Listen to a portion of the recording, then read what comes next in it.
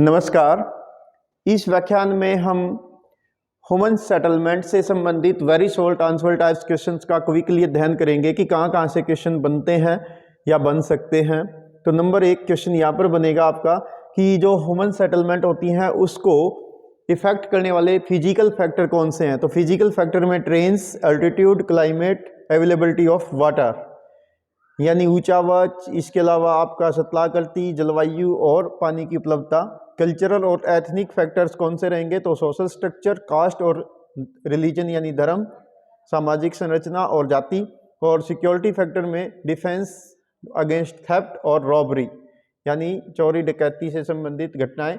इसके अलावा आपसे पूछा जा सकता है कि क्लस्टर सेटलमेंट ये क्या होती हैं, तो आप बताओगे कि ऐसी सेटलमेंट जो फर्टाइल अवेलेबल एल्यूवियल प्लेन में मिलती है, खासकर नॉर्थ ईस्ट एल्यूवियल प्लेन में, नॉर्दर्न इंडिया में और नॉर्थ ईस्ट स्टेट में। तो आपसे ये क्वेश्चन पूछा जा सकता है कि जो क्लस्टर, सामूहिक बस्ती, गुंछित बस्ती, केंद्रित बस्ती, ये कहाँ पर मिलती है।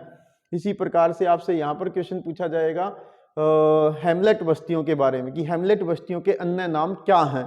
तो आप बताओगे पान्ना, पाड़ा, पल्ली, नगला, ढाणी।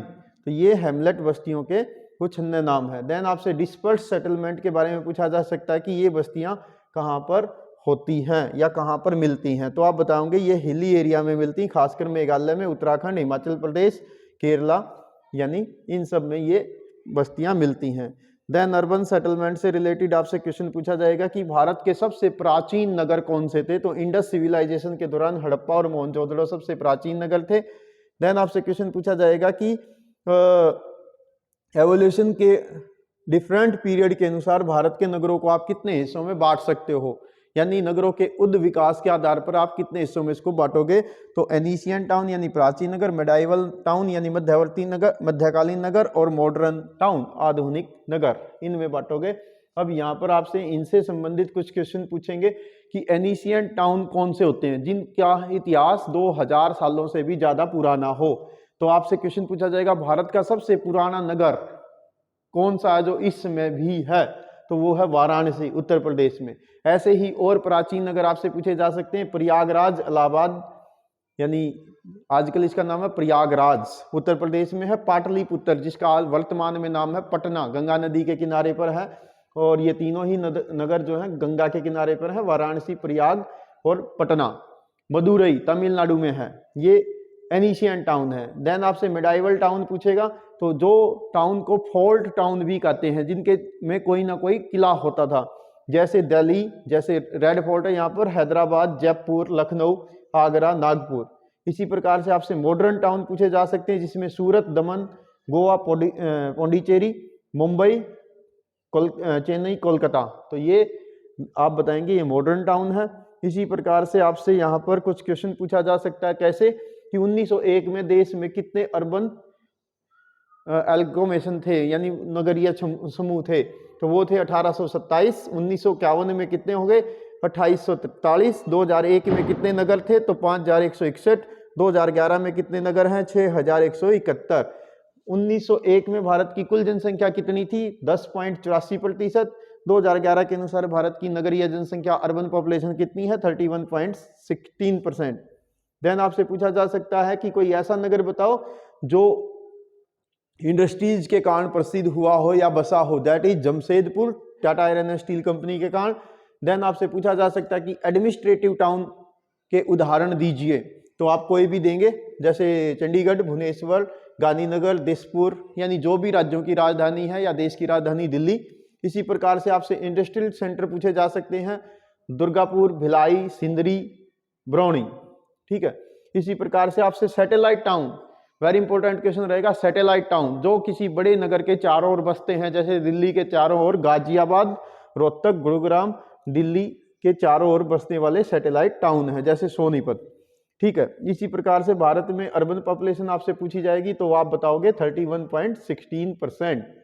इसी प्रकार से यहाँ पर एक क्वेश्चन आपसे पूछा जाएगा कि एडमिनिस्ट्रेटिव टाउन्स कौन से होते हैं, तो आप दिल्ली, भोपाल, शिलोंग, गुवाहाटी, इम्फाल, श्रीनगर, गांधीनगर, जयपुर, चेन्नई, इनका उदाहरण दे सकते हैं। जो 28 राज्य हैं उनकी राजधानियों को आप बता सकते हैं। देन है इंडस्ट्रियल टाउन, जैसे मुंबई, सेलम, कोयम्बटूर, मोदी नगर, जमशेदपुर, हुगली, भिलाई, इन सब को आप ध्यान रखेंगे।